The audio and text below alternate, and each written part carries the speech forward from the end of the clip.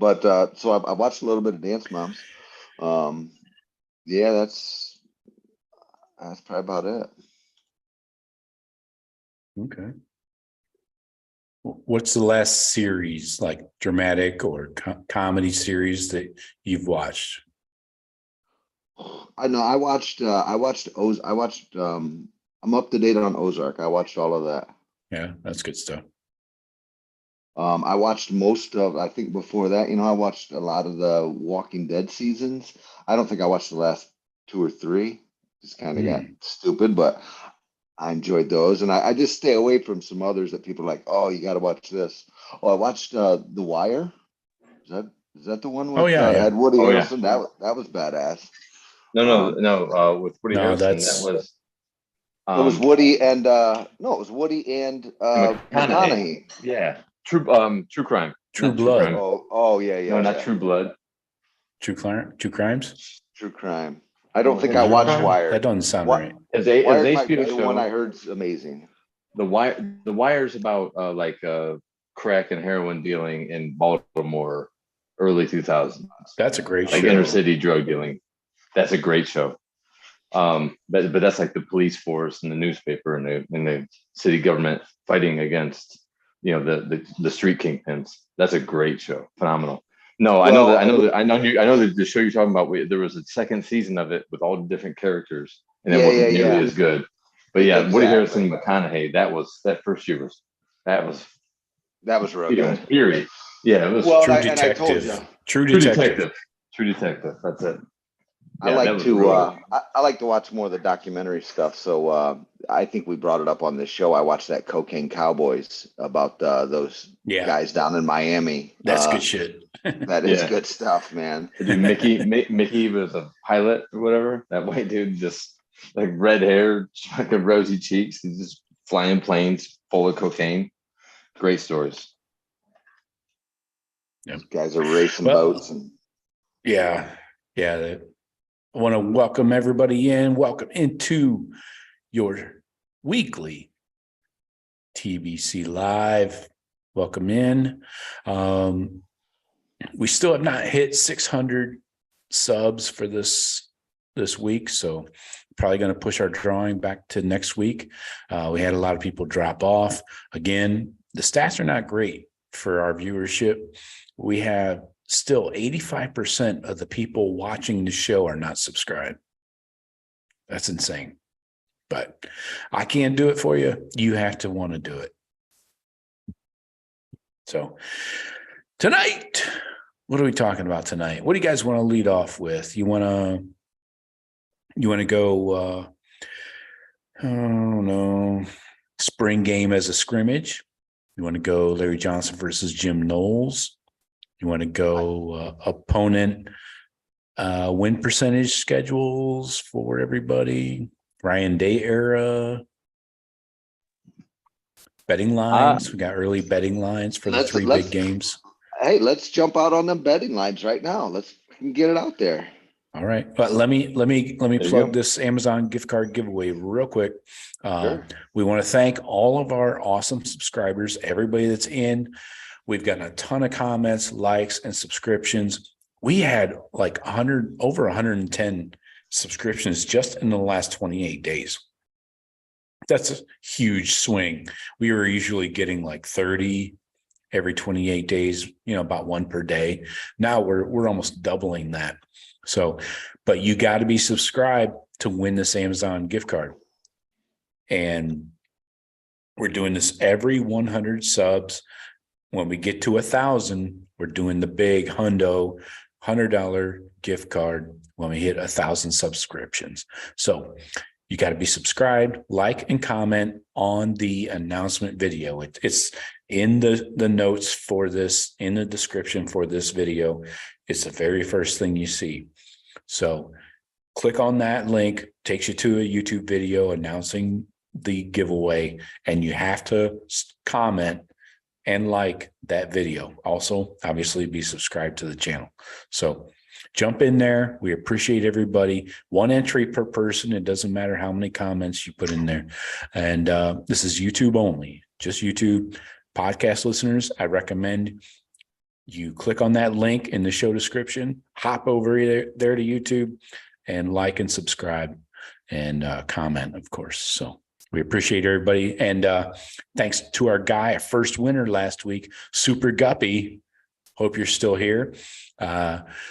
He won. He was drawn on Sunday night about this time, and he got his gift card first thing Monday morning. That's how we do shit. Right? We don't play. So jump in there, folks. We appreciate everybody. Tyrone already in the chat saying what's up. Good to see you, Tyrone. Tyrone's the most consistent guy we hear from, man. That's awesome. Shout out to Tyrone. What's up, man? Yep. So what do you guys want to do? You want to go betting lines right off the bat on these three big games? Yeah, let's dig in there. I do want to touch on that Jim Knowles, Larry Johnson thing you were mentioning, just so we can get some different saga, get some perspective on that. But yeah, let's get into the betting lines. Why not? All right, let's do this. Yo. All right, folks. We're gonna jump into the early betting lines that came out this week. I believe FanDuel put out some betting lines for the three big Ohio State games, obviously Notre Dame, Penn State, and Michigan. And I am pulling those up right now. I want to make sure I'm accurate, fast and accurate. And I'm blowing by it again. There we go. All right. So we got Notre Dame right off the bat. I believe that's week 4. That's the first big game. First season for Marcus Freeman. They went 9-4, won the Gator Bowl, did lose to the Ohio State University and to is it University of Marshall or Marshall University? It's anyway, the Thundering Herd, Joe. It's the Thundering Herd. All right. That works. So anyways, Buckeyes are favored by 8.5 at Touchdown Jesus at the Golden Domers. Sean, you want to lead this one off and let me know what you're thinking? Yeah, Freeman had a nice first year, played our guys, young guys. Remember, that's when we were first starting a quarterback. Or no, that wasn't him, was it? No. And throw the college football pass. Anyway, they played us tough at the beginning of the year. I don't think our offense was really going yet. I find it hard that they're going to get much better. I think Buckeyes cover and probably easily, frankly. Mm-hmm. Okay. I think Notre Dame's, probably a 12th ranked team or whatever, 2 to 3 losses at the end of it. Okay.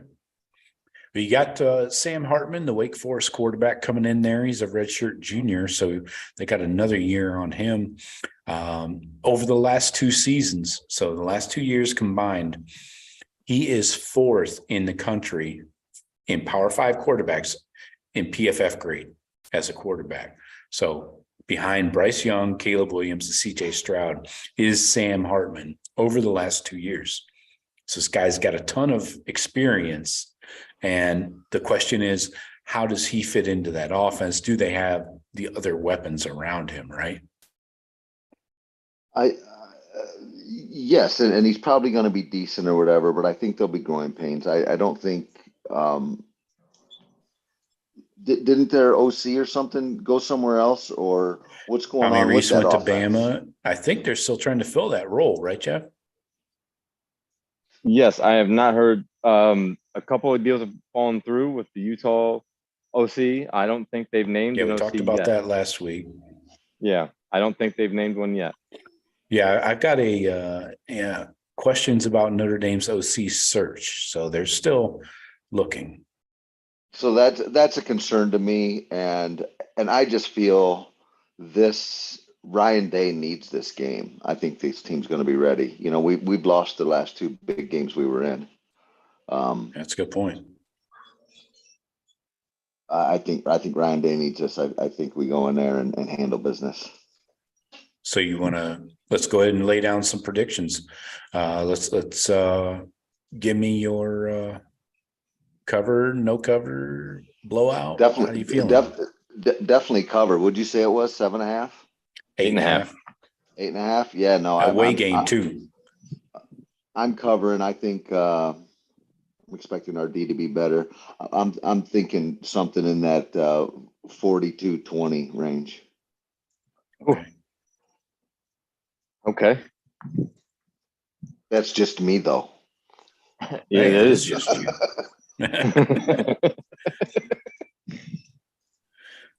So we have a few months before these will be proven true or untrue. Yeah, and along those lines, Joe, I'm a little different thought process. I think that line's going to move a lot according to spring ball and who comes out as our starting quarterback.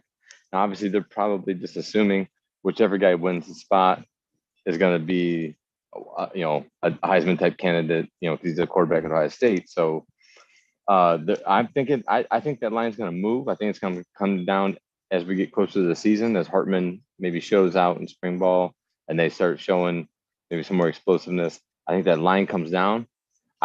So I don't think we would cover the 8.5 right now, but I think we cover maybe like a 6-point spread come game time. We win by a touchdown. It's That's kinda how I spring see it. ball. Who's running Notre Dame's offense? Spring ball starting. Okay, well, I'm just saying. I, Sean, you have your outlook. I have mine. I'm just saying. I think that line comes down. I think we end up. I think it being like a touchdown game right now. New quarterback, brand new quarterback, hostile environment. Start the season, a lot of big hype. It is week Notre Dame's 4, gonna though. come Keep out. in mind, we start with Oh, that's Indiana right. week That's 1. right. You know what? That's right. I'm Yeah, sorry, Joe. it's not last year's schedule. Yeah, you're right. Youngstown So we do State some warm ups, and then right. Western Kentucky. So you got 3 cupcakes, 2.5, 2 3/4 there. So I think the spread is actually going to grow. That's what she said. I don't know Notre Dame's schedule. What are they looking at leading up to us? What do they got leading off? I can tell you that. Yeah, do you have it in front of you? Sure do. So I guess my thought process was off, thinking it was first game of the season again in Notre Dame. Right. So right now 8.5. Yeah, I think I'd take Buckeyes to cover 8.5, maybe a 10-point win, but I don't think it's such a blowout. I think we might struggle a little bit relatively. I think the game gets close late and we hold on.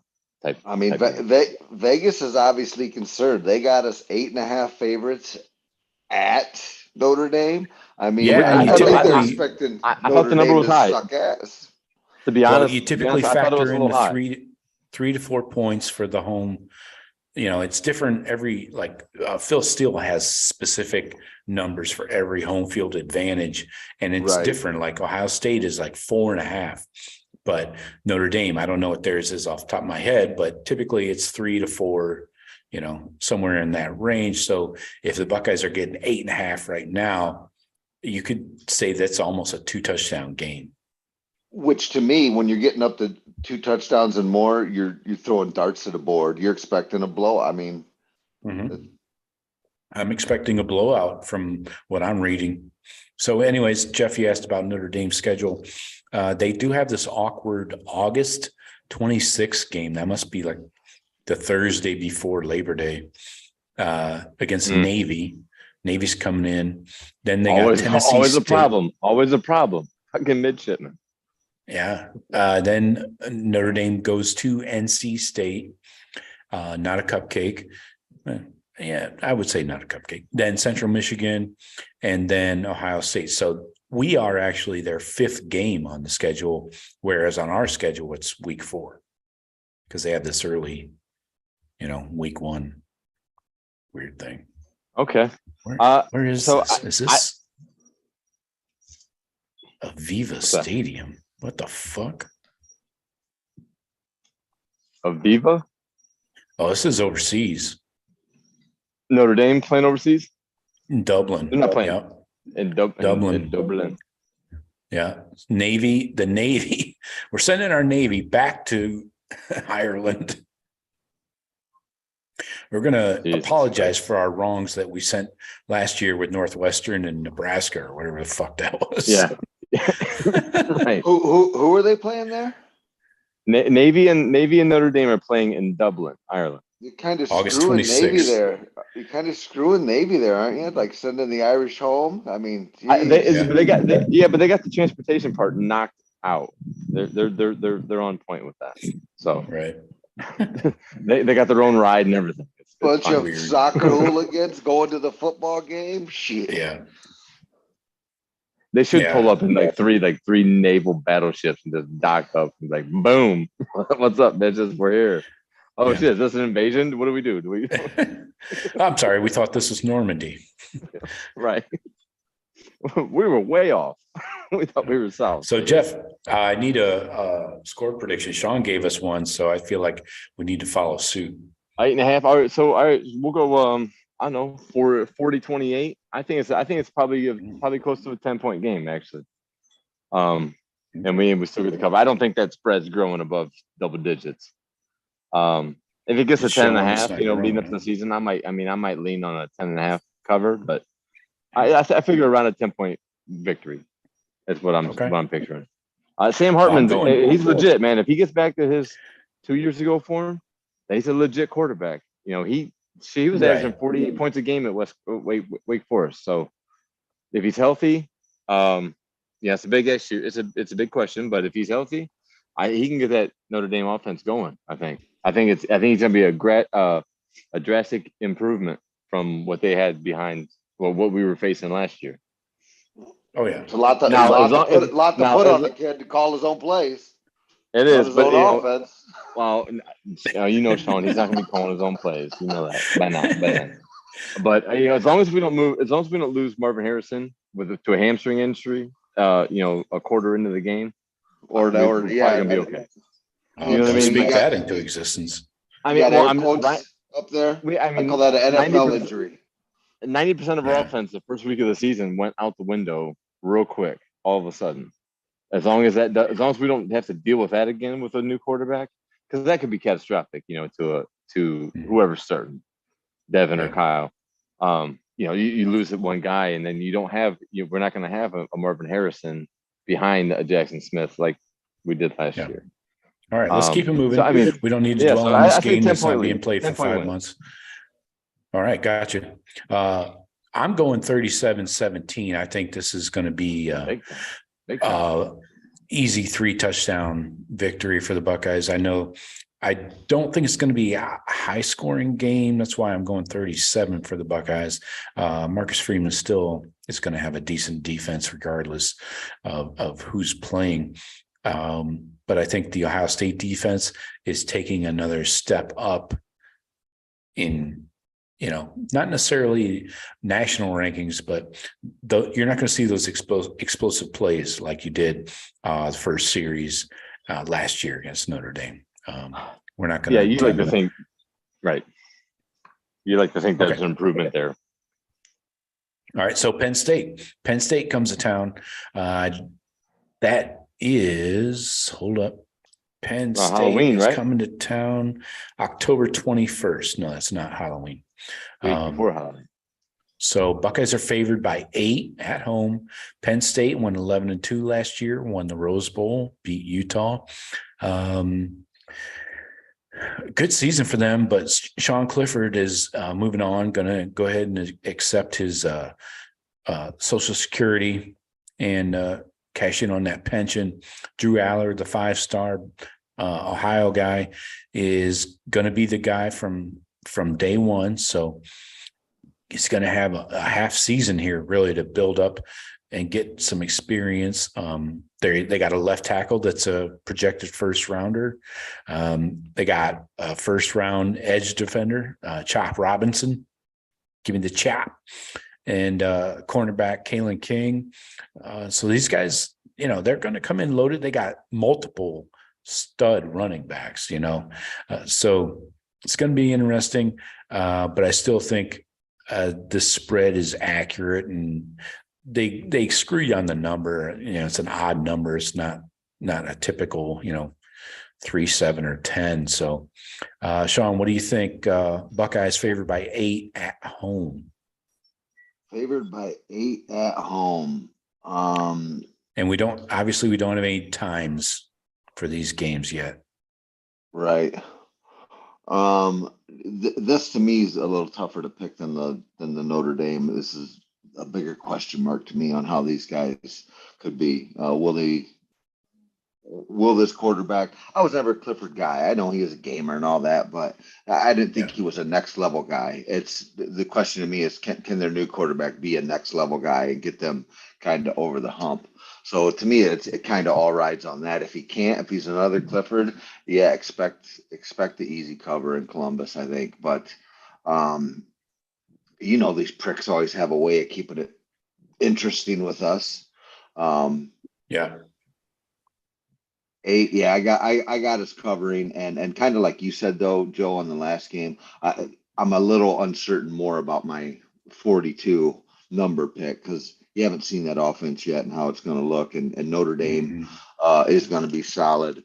Penn State to me is typically a solid defense, but I'll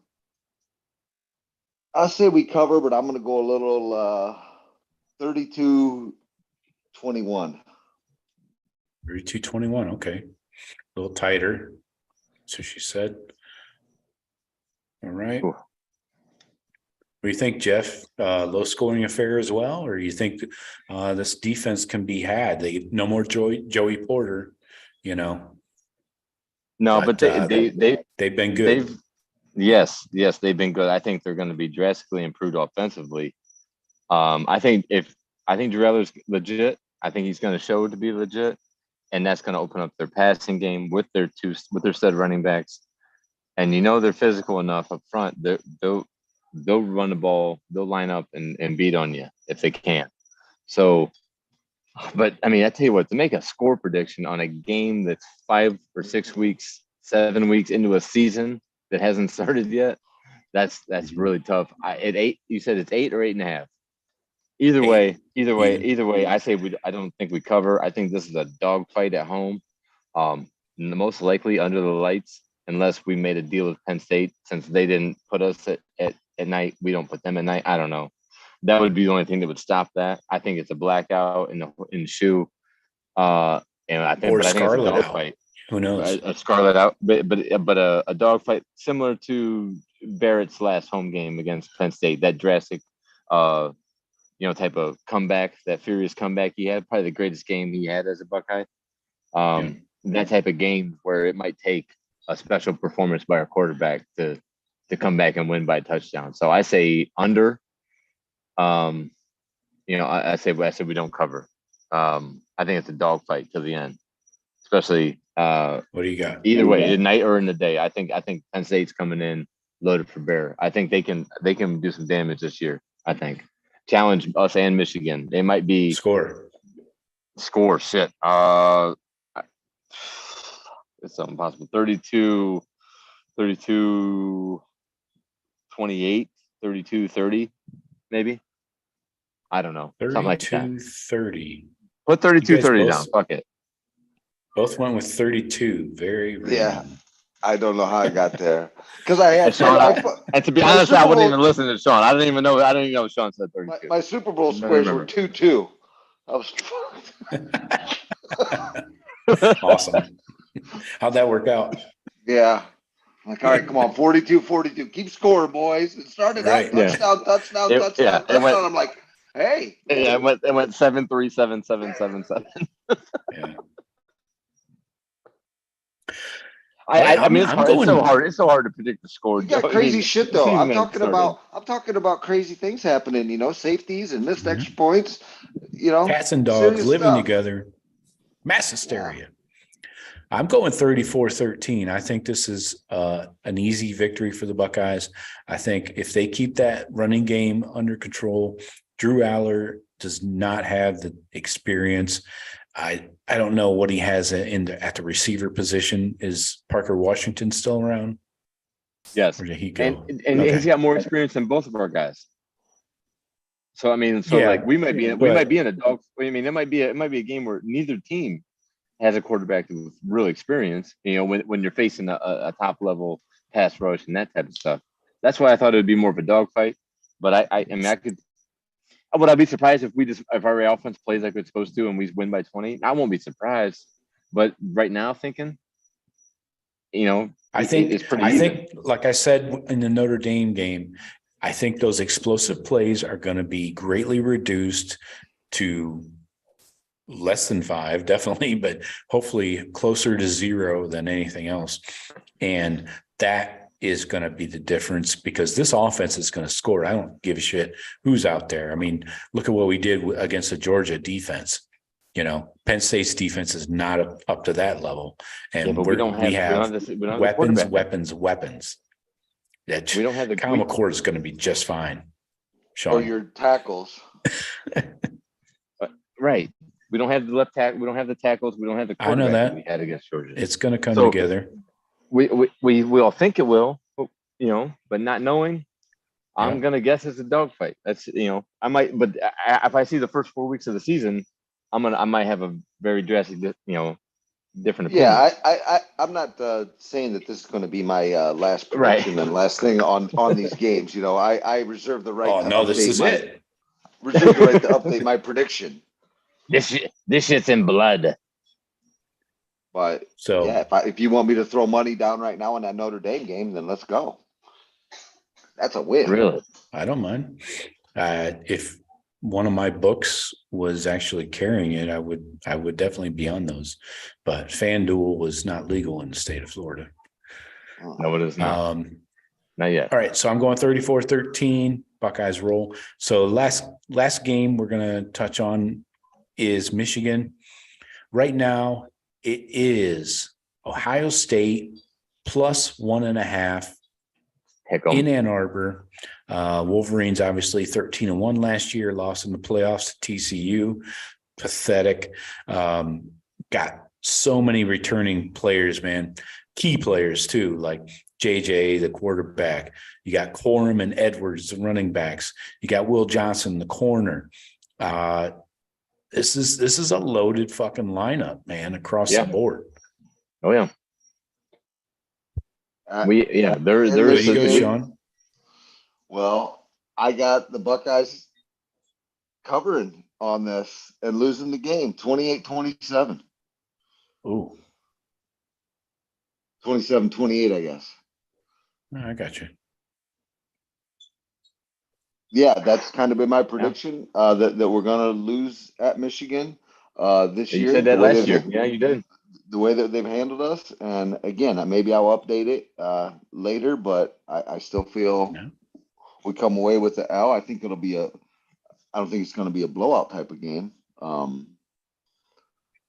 But they got something on us right now.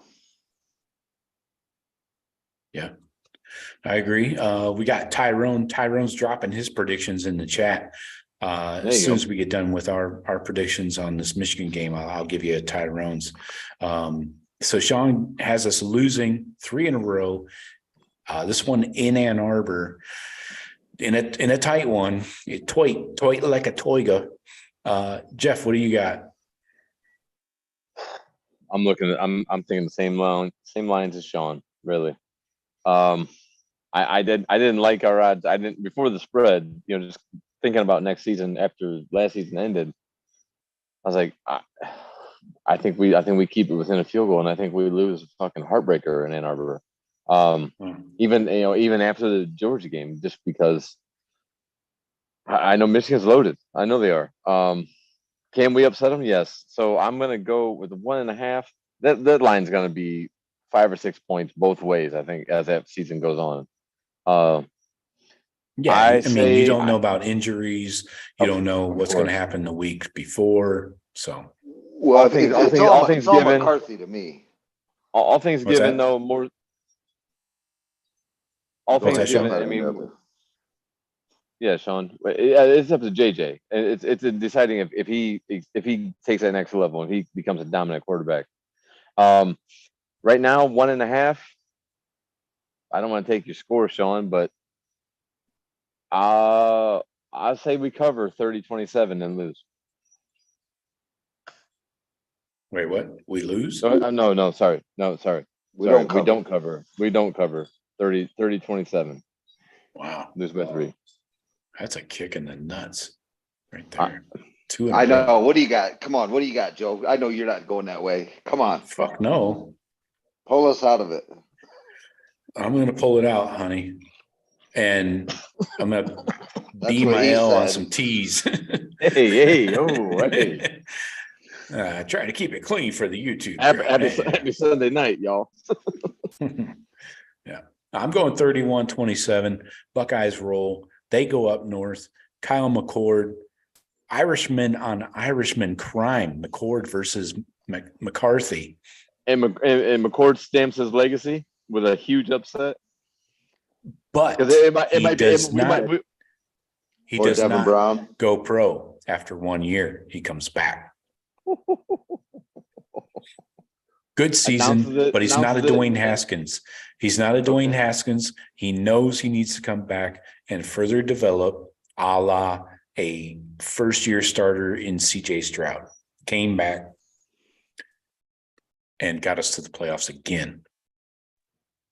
So I go Kyle McCord rolls 31-27. It's a tight one. And we hear the chants of OHIO around Michigan Stadium. That would be, I mean, because I think I could picture this spread opening up where we're +7 maybe by game time.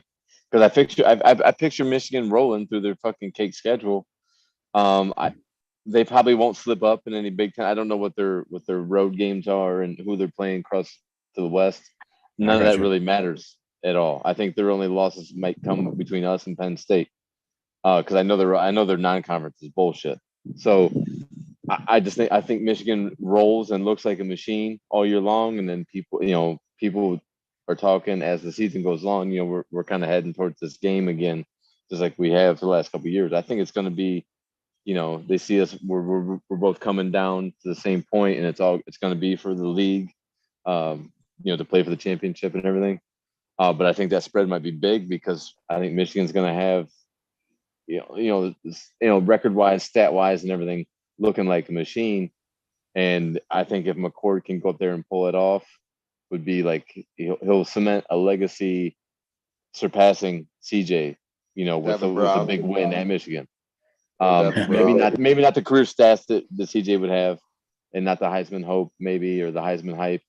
But yeah, he could. But Sean's driving that train. Driving that Devin train. Brown. Sean's thinking Devin Brown's going to lead us in a furious comeback and fall just short.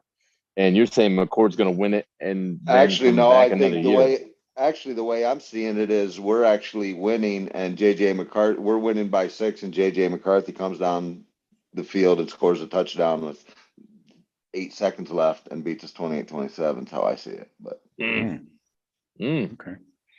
So yeah. We do have a tough game the week before the Michigan game.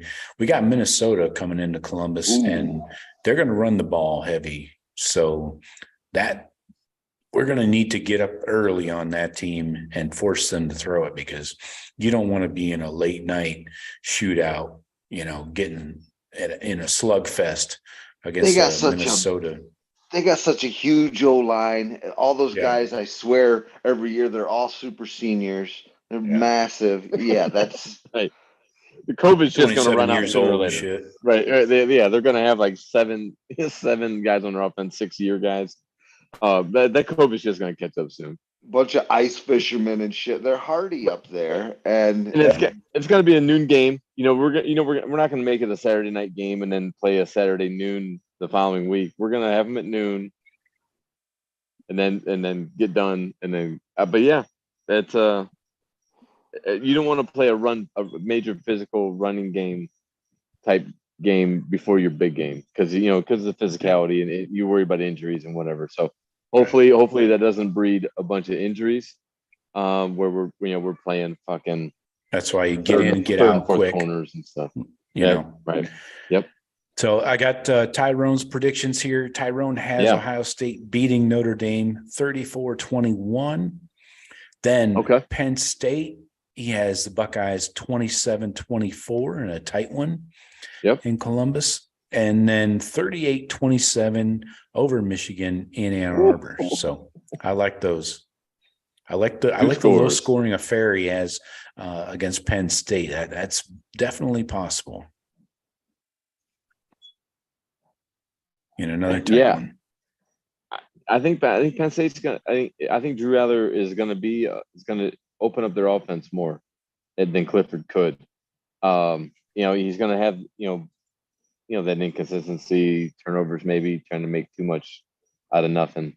But I think he's gonna be legit, and he's gonna play his best against us. I would assume. So yeah, Penn State's gonna be a dogfight, I believe. Yeah. All right, where do you guys want to go next? Do you want to go Larry Johnson versus Jim Knowles and the discussion about this jack position? Well, go ahead, Joe, because I'm not real sure where the growing, disagreement or whatever that is, whatever might be. Sean, brewing. How do you feel? I don't know it. You want to go somewhere else? I would like you to explain it more. Just throw the background out there, and then then I'll opine. But so what you basically got Knowles and Larry Johnson with what appears to be maybe different ideas on rotations and positions and things like that. Yeah, is the juxt of it. Yeah, that's it. So these guys are not spring chickens. These are not young guys. Larry's 71. Knowles is like fucking 57. So these guys have been around a lot, seen a lot of football, coached a lot of football. So right now, Larry Johnson's always been a heavy rotation guy. I believe this is part of the issue. His constant rotation of D linemen, does that mix with Jim Knowles' scheme, which he's like, your starters are your starters for a reason, don't rotate them out unless they're hurt or tired. That's basically, kind of almost a hard line stance he has. Now, the bigger question, the bigger part of this disagreement, in my opinion, is with the jack position. This jack position, they said, so these guys during the interviews just a couple of weeks ago were sitting like 20 feet apart, doing separate interviews with separate people. And they were both asked the same question: what position group should the jack position come from? Linebacker or D line, right? Jim Knowles said it should come from the D line room. Larry Johnson said it should come from the linebacker room. So this is where the disconnect is. And these guys have been working together for a year now. And these two issues, the rotation on the D line, and I'll say I don't entirely agree with Larry Johnson's heavy rotation, because there are a lot of times when Mike Hall and Tyleek were not on the field, and instead we're seeing Cage, Teron Vincent. Teron Vincent led the D line in snaps. Teron Vincent. So I think because of his run. I think because of his run defense strictly. I think that's how he earned it. But he's not a pass rusher. Who? His run defense capability. I think that's why he earned the most snaps. Yeah. But he should not have led the team in snaps. I don't believe so either, but I'm just giving context. So I think as to why. But yeah, you're right. If you want like some of Larry's quotes here I believe are very indicative of how he feels, especially about specific players like Jack Sawyer, Caden Curry. He said that, I can say right now, yes, I would like to see Jack Sawyer's full development at defensive end happen. I think we have to make that decision and go for it. I think we'll do that a little bit in the spring, just try to get him a home and let him go play. I think we're all on board with that plan, right? Of course. Yes. I mean, us three can all agree that Jack was not very productive at the jack position last year, right? Well, yeah, 22 tackles, 4.5 sacks, 6.5 tackles for loss. That was total. Yeah, or is on that the season. Yeah. What's his snap count? Is he up there with JT? Well, He he wasn't close. only this is wasn't one of my close, keys. though, I'm glad you to the pointed that two out, DNs.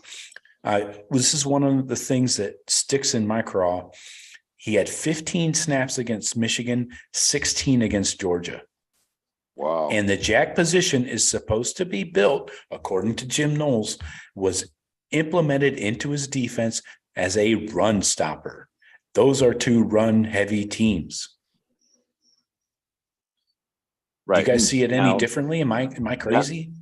No, you're right. But is Jack Sawyer the prototype person for the position that Jim That's Knowles the is question envisioning too. as defense? Yes. Right. So and maybe that's maybe him not being. I mentioned this last year. I think because of Harrison and JT as the two deserving defensive ends. I mean, fuck, they're both pros. Harrison's going to be a pro, and I think he'll be a long-term pro. JT's might be a top 10 pick next year. So Yeah. I think just out of necessity, hey, Sawyer's one of our best 11. We got to get him on the field. Let's put him in the jack. The jack might not have been the ideal. He might not be the ideal prototype person for that position, but him being one of our best 11, get him on the field.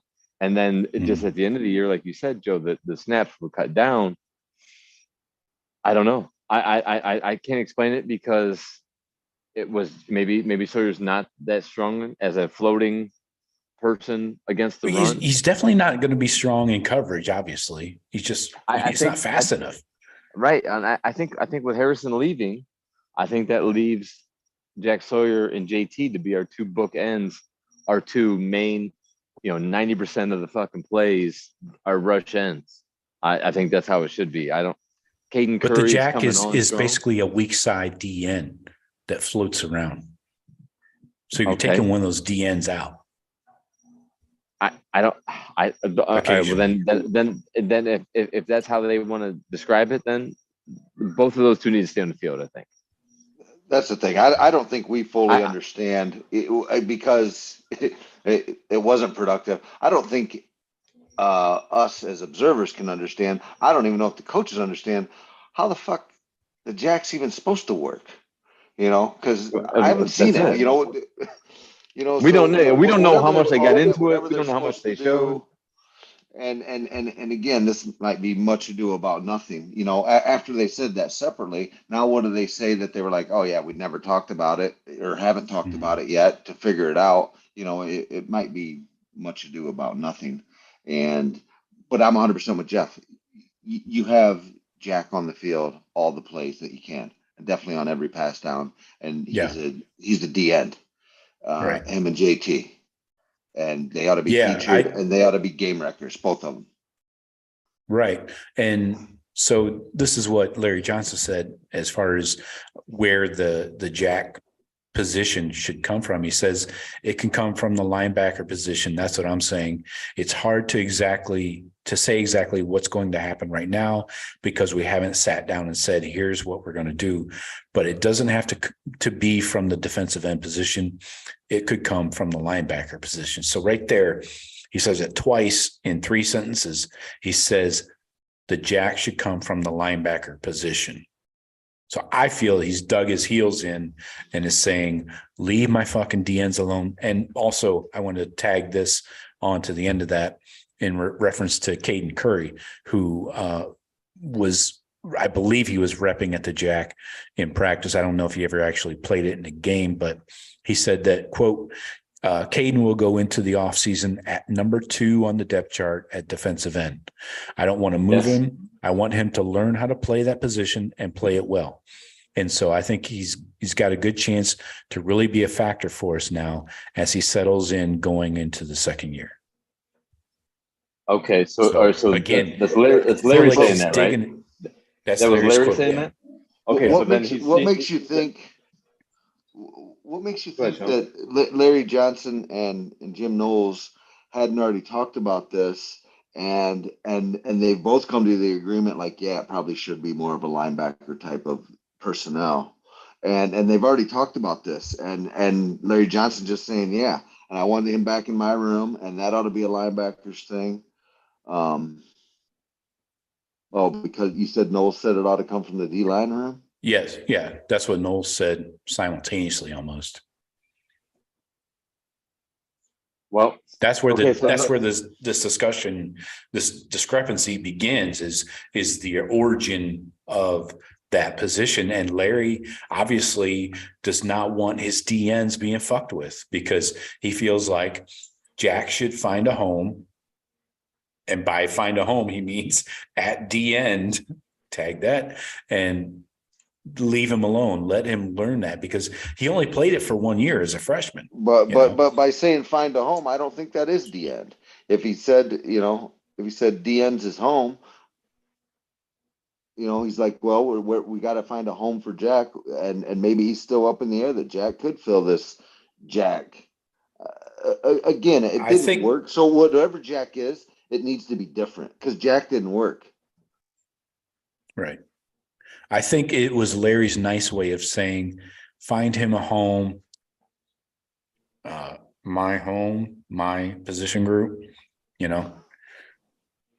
Well, so but if Knowles is thinking, going along the lines, was Knowles making a comment about Curry being involved in that position? Because then that gives two different outlooks of what they think the position is. If Larry Johnson is just saying Caden Curry is going to be a backup D end, that means he's number 2 DN. Is he saying number 2 as one of the 2 starters, or just the number 2 behind Jack and JT? I think he's saying depth chart wise, he's second. He's like second string. Which to me is assuming putting Jack and JT as the number 1s. Yeah. He says specifically at defensive end, not at Jack. He says DN. But if Knowles is making the defense, and he's saying the comment you said was, I think it should come from our D line room, then he is picturing somebody of the Jack Sawyer, Caden Curry type being the one to fill the hole of the Jack, filling the role. So I can't imagine they outwardly are expressing their differences in philosophy. And because we've never heard assistant coaches not being lockstep with the coordinator of each side of the ball. I don't remember any. And I don't remember any position coaches. So is this real? Is it just are they like Sean said, have they already had plenty of meetings about this, and Ryan Day has addressed it with all of them together, and everybody is on the same page? No, and they're just see that quote from Larry here. Let me read it again. He said, it can come from the linebacker position. That's what I'm saying. It's hard to say exactly what in our defense, though. In the Knowles' defense, Steel Chambers. Let me finish. I mean, hold on. He said it's not going to happen right now because we haven't sat down and said, here's what we're going to do. But it doesn't have to be from the defensive end position. It could come from the linebacker position.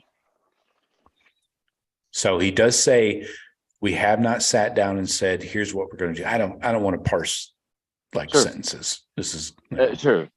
I read that instantly as I read that instantly as Knowles hasn't quite figured out the we might not have the prototypical guy, athletic or certain skill wise, to run the position the way he really truly envisions it. Maybe we don't have that guy on campus yet, or that guy is young and not ready yet. I read this as, yes, we haven't gotten our marching orders from the defensive coordinator, but this is how I feel about that position. Okay. I mean, you know what I'm saying? With our 2 linebackers, it's like we pretty much have a Mike and a weak side linebacker. I don't think either one of those 2 are. If he talks about it being more of a run defender type defender in that role, I don't think the 2 linebackers we have returning that are going to be on the field the whole time, Steele and Jesus Christ, my mind is blank on our middle linebacker. But I don't think either one of them fill the role that he's talking about. As far as just being our middle linebacker is not the Jack guy. You need the middle linebacker and the Jack. So I I don't know. I think maybe it's just they haven't quite found out who the It's prototypical guy is. it's absolutely positive. You know what? They're having serious discussions, and this is how good things get done. I feel is Larry Johnson's got his take. Veteran that knows the game. Knowles obviously knows the game. Veteran, his take. Ryan Day will figure out what's best for this team to move forward, and it's all going to work out. And Jack Sawyer better be on the field a lot more than 15 plays and 16 plays against Michigan and Georgia. That's all I'm saying. I don't give a All right, shit so- where you got him.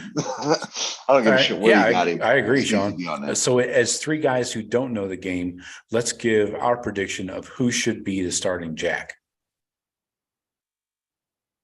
I'm going CJ Hicks. I want CJ Hicks on the field. And obviously there's two linebacker positions already filled by, incumbent starters. So I'm going CJ Hicks because he has the versatility, the athleticism. He can cover, he can float around, he can blitz the quarterback, he can fill run gaps. I'm going CJ Hicks. He should be the jack. And I don't know, figure out the rest of the D line however you want. I mean, it's, with both the ends on the field and in the jack, you're looking at one D lineman. So you're like either a Michael Hall or a Tyreek Williams in the middle. With your two linebackers, Steele, and your three safeties, your normal defense, right? So yeah. I mean, CJ Hicks, what's CJ listed at? 6'1", 6'2", or is he more like a 6'4" guy? I don't know. I know he's running around 220, 230 pounds, but or was. I remember 6'3", 215. 6'3", 215. I'm sorry, 225. 225. Yeah. Okay, so he might be close to 230, maybe 235 by season starts, or right around 230. That's a Micah Parsons at Penn State was that as a freshman. You know what I mean? That was Micah Parsons. He grew in to being a dominant inside linebacker, rush edge. Obviously now in the NFL, he's like the jack position in the NFL.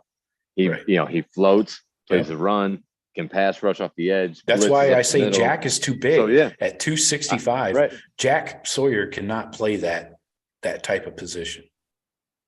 You're right. I think Joe. I think we're on the same page. It's more of like a 235 to 245 pound guy, 6'2", 6'3", that can run, It's athletic, but can also rush the edge. Athletic as fuck, can rush the edge. So I like what you're thinking with CJ Hicks. He's more of he was an inside linebacker in school. In high school, he's been taught to play the run.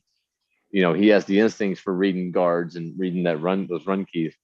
So I like it. I like seeing CJ Hicks on the field. I'm really excited about seeing him, along with Styles.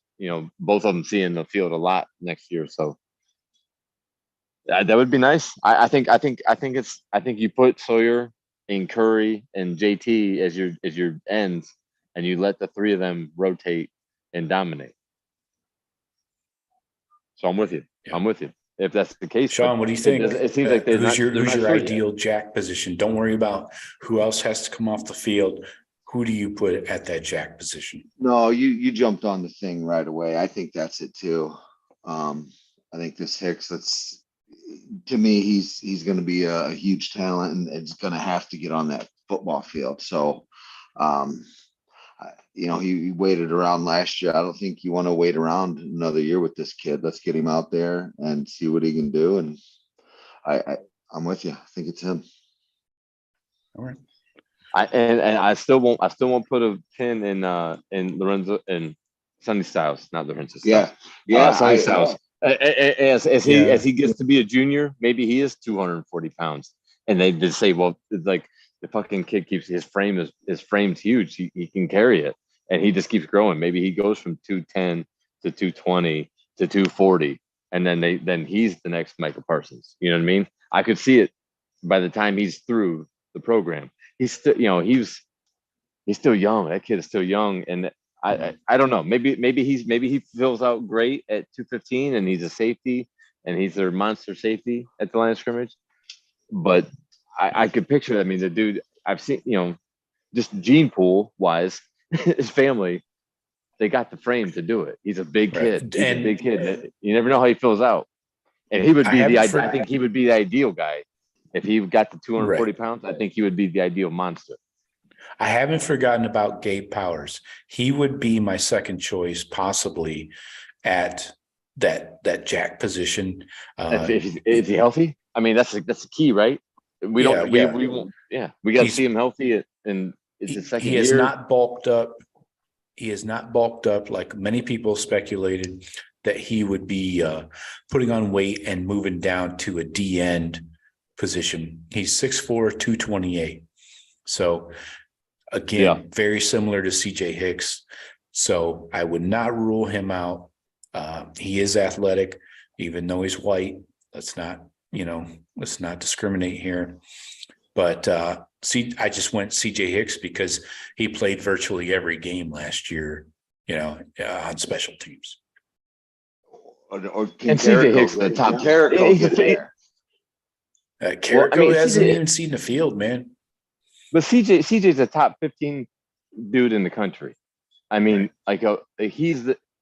Yeah, you gotta just picture that guy's gonna be the one that excels against the other guys in his class, or he catches up to a guy in a class ahead of him, because he's that exceptional next level Sonny Styles type guy, that 5-star. Yeah, he's that guy. So I would pick. Of course, I love Gabe Powers. He's from Marysville. Pops went to Marysville, so I always think about Marysville kids. But CJ Hicks he's that 5-star kid. Top, one of the top in the country. You got to expect him to be ahead of Gabe Powers. Yeah. All right. So let's hit one more topic quickly before we get out of here. What do you guys want to hit on next? You want to talk opponent win percentage? You want to talk about schedule rankings, strength of schedule? You want to talk? Let's talk about player intros maybe for this podcast.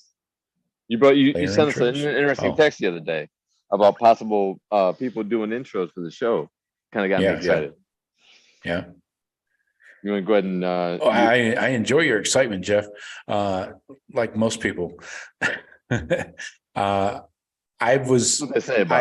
what they say. We have opportunities to reach out to people through Cameo, and there's quite a few Ohio State former. Well, I won't say quite a few. There's a handful of people I would consider that are on Cameo, and Tyvis, I feel, is like the most upbeat, energetic, unique voice. And just, I think he's got all the qualities you'd want to do your intro for your show, right? I mean, Tyvis Powell has a voice. He has a strong voice, Joe. Yes, I listen to him on the radio. And yeah, he is a treat to listen to. He fills in on a lot of the shows on 97.1. I was excited when I saw that text about I don't know what it's called. I don't know what that cost is though. I mean, it's like I wouldn't be surprised if I'm going to reach out to him. But if you guys like the idea, I'm going to reach out to him and see. On Cameo, it says like 140 for the for business videos. So I don't know. We'll see if I can work something out. We talk to him, and if he wants to, and if he would want to get on the show, I would love to talk to Tyvis. Let him know we're big fans. We listen to him on the radio in Columbus, from down here in Florida. But yeah, I know I was excited when I saw that text. I was like, oh, I would love to hear Tyvis introducing us, because you're right, Joe. He will. He's like a bright fucking ray of sunshine. He brings it. Like he pops on the radio as far as that I don't know, the attitude and the upbeatness and whatever. But also you were talking earlier, you mentioned about the Cohesion Fund, about maybe having a player from there doing the intro. Well, no, they would be doing a commercial for the foundation that we would plug into the show. So I got to get back to them. They want me to do an interview with their founder.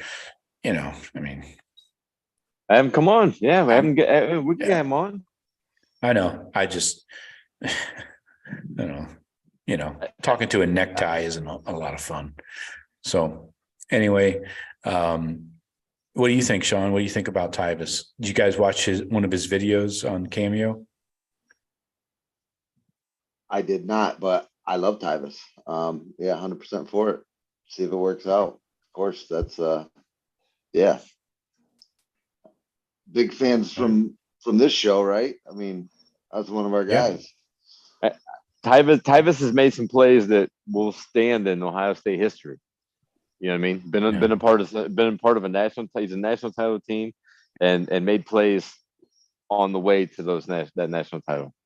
And he's Cardale's father. So that's right. How he says it. That's how he says Cardale's his son. But actually Cardale's older, which is the funny part. But they were roommates. They were roommates back in school. Cleveland boy, huge Cleveland fan across the board. Indians. He'll talk Indians. He'll talk fucking Cavs. He'll talk whatever. Cleveland. But I would love to have him, as maybe a small part or a little corner of the show. That I think that'd be really cool if it works out. Okay. Was he a 3-year starter? He was a 3-year starter, right? 3 years, yeah. I think so. Yeah. He started the year before Von Bell started. I think he was starting as a sophomore when Von Bell started or played as a freshman in the Orange Bowl against Clemson, against Taj Boyd and them, when Braxton got hurt that game. I think he's not in Bosa's recruit. He's not in the Bosa Zeke recruiting season. He was the season before because he was actually recruited by Tressel, so he was brought in. He was an incumbent, I guess, of Urban, and Urban told him he needed to transfer his first year there. Urban came in and said, "You need to transfer and get out of here." Tyvus has told that story on the radio. That's a cool story. Urban came in and told him, he's like, "Yeah, you're out of here." And then he's like, "No, I think I'm gonna stay and stick around." All right. What else you guys want to talk about? You want to talk about how these conferences are crumbling right before our eyes? Kinda. That 120 million from Florida State board of directors was a interesting number. How about that screenshot of the TV contracts with these conferences? It's so obvious. It's fucking night and day, man. Like all these schools got to be thinking, if we can get to the SEC or Big Ten, let's go, because we gotta get. We can't be making half the money they are, or a third of the money they are. How about you, Sean? What do you want to talk about? No, I mean with those colleges and that and the money, yeah, it's just going to keep getting quicker and quicker. And we're just seeing those, that graph that you sent us of the disparity. But all those schools already know what it is, and they're all angling to, try and figure out where their future is. And some of them, I think, can control their own destiny. Notre Dame, others can't. There's going to be teams that want to be part of those, and they're not going to get in. Yeah. And Notre Dame might be the only one that could really just go to a conference and say, yeah, all right, I want in and under these terms. And then Notre Dame is really the only one, because you're right. Everybody else is scrambling. You got to think. I think Clemson and the ACC teams could. But they don't have. But if nobody, I mean, they can. But they're coming at people. Say if Clemson, the Florida State Clemsons, those from the south of the ACC, start going to the SEC, like, hey, come get us. Hey, come get us. They're pretty much begging. They need to get away, but they're not needed.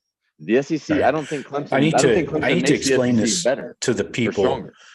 I need to explain what we're talking about, because nobody can see anything. So I want to share this graphic. The screenshot that. So this was shown to, I believe it was Florida State's AD, somebody important anyway, with a necktie. More neckties, can't have too many of them nowadays. So this screenshot was shown to Florida State. So if you look at the conferences are on the left, obviously. And then if you look over to the right, the AAV column is a key column to look at. So this is the contract with the ACC. They have a $240 million contract. All right. Now, brace yourselves, folks. You might want to sit down for this. I got a cough. Goddamn. SEC, see the jump up in disparity here? SEC, $811 million on their contract. And it's a shorter time period. Keep that in mind. 10 years. Big Ten, even shorter contract, 7 years, but 3 networks at 350 and 370 million. Wow. Then you got the Pac-12 here. They're just living in the ghetto with 2 networks paying 125 million each, and then the Big 12 at 380. I'm kind of shocked that they got 380 on their contract and only 6 years. Hey, So, that guy's been working hard out there in the Big 12. He's making chicken salad out of chicken shit for right. real. But got a good deal. Got a good deal for them. Yes, let me point out one more very, very important column in this, and that is almost the far right. It is the last one you can see in the screenshot where it says average AAV team. This is the average income per team, 17 million for the ACC per team. Yeah. 51 million. Boom. See that bump up? 17 to 51 for the SEC teams. Then the big coup de grace is 22 million per network. So a total of 22, and 23. 67 million per team in the Big Ten. And I thought we thought it was going to be higher. We thought it was going to be 100 million. Yeah. Yeah. Then the Pac-12, 20 million per team. Again, garbage. And then the Big 12, I can't read that. Is it 32 million? Yeah, I think 32. It's 32. Yeah. Yeah. So 32, 20, 67, 51, 17. That's a big number, big difference in numbers. Look at the difference just in the SEC to Big Ten, the 2 big dogs.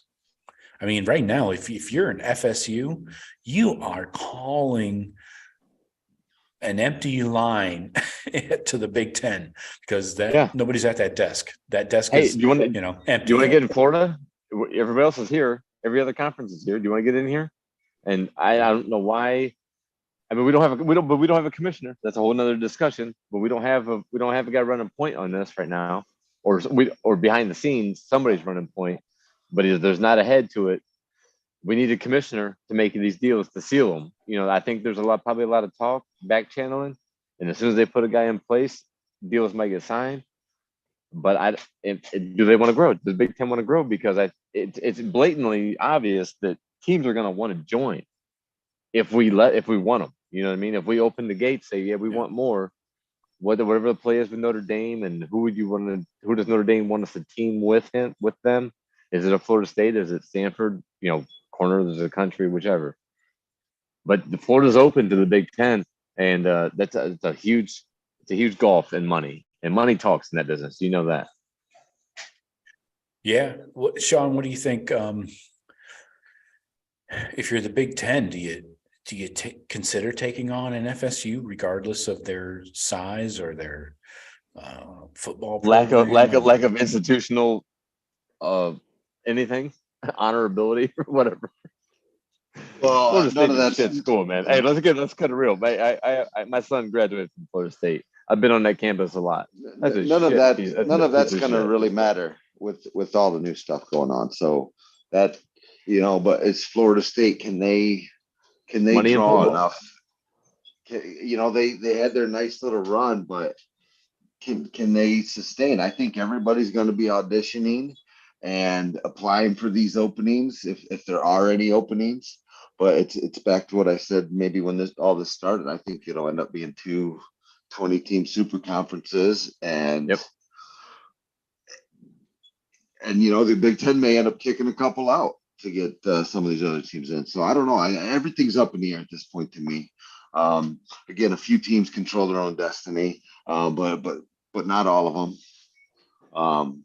I'd say 5 or 6 though, Jeff. I think in Oregon, those aren't going away. That Nike money and that type of stuff. Yeah, and I believe Phil Knight's got a card he's holding to play to entice to get his school squared away. Because the Pac-12 is drowning. The Pac-12 is drowning. Phil Knight's gonna make sure Oregon finds a spot. Now, I think does Big Ten want to go like corner to corner? Do we want to take a Florida State? Because I think a Florida State is a type of school that with the influx of the money they could get by joining in say 3 years, because they're not going to get it in the first year or whatever. But Florida State could, I think, if given the more money to run their operation, get the indoor facility, I think Florida State can get back to not the Bobby Bowden days. We don't, they're not. You're not going to see top 10 finishes for 8 years straight. But what do we got? What do we got in the Big Ten? We've got 16 but they can teams join. now. Yep. So we're at 16. And what's the SEC got? 14. Same? 16. No, with Oklahoma and Texas make it 16, right? 16 and 16. Yep. So That's with USC and UCLA. Everybody coming in. There's 8 spots, and a few of those teams might get kicked out. Rutgers, Vanderbilt, who knows? I don't know if you can kick teams out like that. Well, that doesn't seem easy to do. Hold on. The contracts, when the contracts are up, is when it's when it's Sean, I believe you. I agree with you. If you go to that 20 and 20, if the SEC and Big Ten pretty much just engulf everybody and say we're going Master 2, and those 2 conferences are the basis of the 2 divides, and then Big 12 gets split, Pac-12, whatever, we take what we want. Oregon's in that group, Stanford's in that group. They're coming. Oklahoma State's coming. That's the only way you're going to be able to, I guess, I don't know what's the word, kick out, I guess, for a better word, is drop those lower Indianas, Illinois, or whatever, and then maybe those academic schools like Northwestern and Vanderbilt, and the Big 12 doesn't have any. That's not going to happen in the next 5 years, though. You're not going to see 5 conferences suddenly dissolve into 2. Well, and none of that, no, because of the TV contracts being signed right now. When these TV contracts are coming up, before these contracts are up, I think that's going to be that. I think this discussion is going to really be at the forefront as these contracts that are being signed now are playing out. Because I think I don't know, Joe. I think in the next 5 years, 10 years. So yeah, maybe in 10 years. Jeff, let Sean talk, please. I can't hear. Sorry. I think in the next 5 years, you are going to see that. I mean, come on, with Oklahoma, Texas bailing, with USC, UCLA bailing. 5 more years of this. Come on, Notre Dame's going to join somewhere. Oregon and Washington, I think, have been begging the Big Ten to get in on this, and I think I don't necessarily think those other conferences are going to disappear, because there's still going to be the cows and the things that don't get invited anywhere that still are in a conference.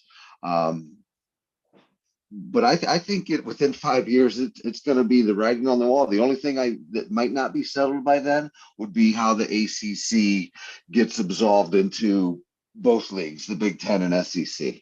What makes the most sense there. That's a lot of change to happen. Well, a lot of changes happened like crazy the last 2 years. NIL, all this.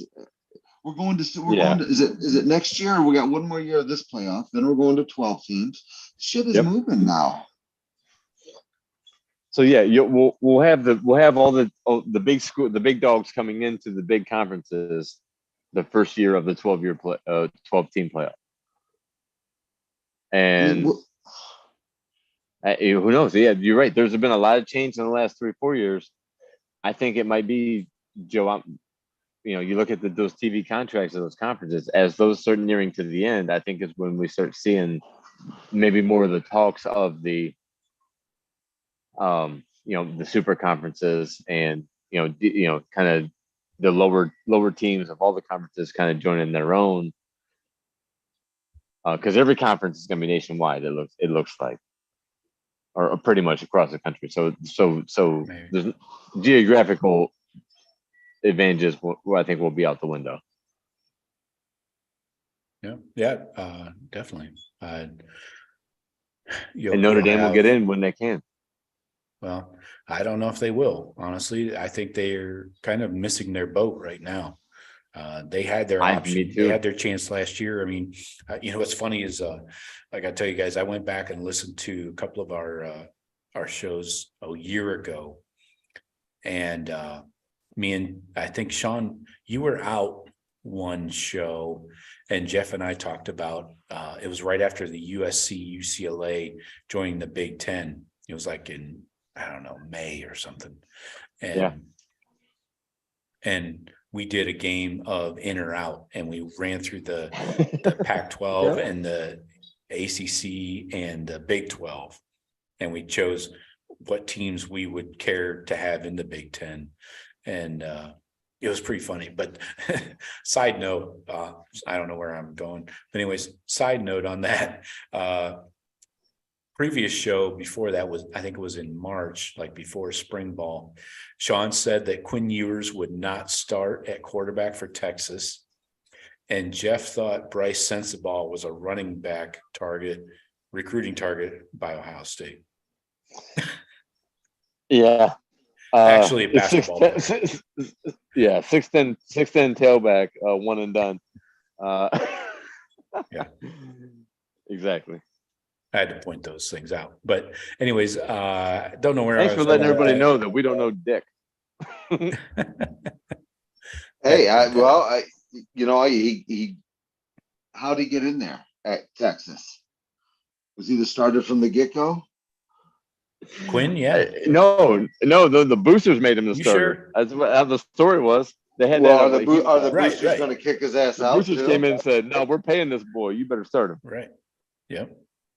Exactly. So you're right, Sean. Maybe you were right. No, Sean said that he would not start. Sean just didn't factor in the booster abilities. So maybe if it would have played out just talent, maybe what was that guy's name? Hudson Card or something like that? Yeah, Card. Card. He transferred then, right? He's already left. Yeah. Is it Manning still going there? Manning's Arch is going to be a true freshman. So you're going to have Arch as a true freshman and Ewers as a redshirt junior? Redshirt sophomore? His third year, but he definitely redshirted sophomore at Ohio State. Sophomore. Oh, redshirt at Ohio State, redshirt freshman last year, redshirt sophomore this year. Could like a Dwayne Haskins type season. It could easily blows up. Probably gets a COVID year in there. Yeah. He can leave. He is eligible. He this will be his third year, so he can leave after this year. And that's you got to think him and Arch. Both of them won't be at Texas next year.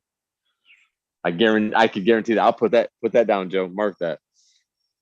Arch Manning and Quinn Ewers will not be at Texas at this time next year.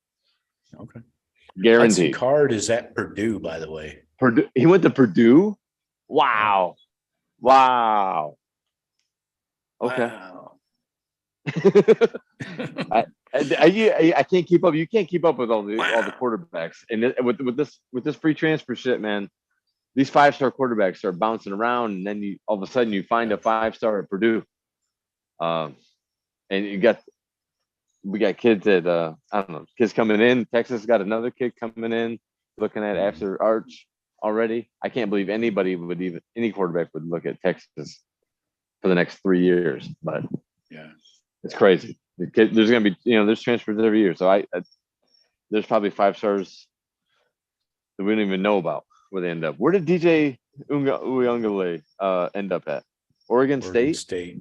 Jesus Christ. You got 5-stars all over the country. Is Raiola going to Nebraska? No word on that. No update. I don't know. But there's no commitment that way. Fucking believable. Matt Rule, right? Matt Rule is going to ruin Dominic Raiola. Can't wait for that. Fuck out of here. FOH. All right, folks. Good show, boys. Jeff and Sean. Always bringing the heat, bringing the microphone violence. Just typing out a quick message. Link in show notes. Don't forget, folks, enter to win the Amazon gift card. Hopefully we'll be drawing one next Sunday night about this time, maybe a little earlier, but link is in the show description, in the show notes. There's a link to the video. Just have to like, subscribe, comment. That's it. Like, subscribe, comment on that video, and you're good to go. You're entered to win. I don't know what we're going to talk about next week, but it's going to be crazy. We got Jeff more and Sean, topics. We didn't appreciate get to you tonight. guys. Yeah. All right. Talk to you later, and go Bucks. Later. See you.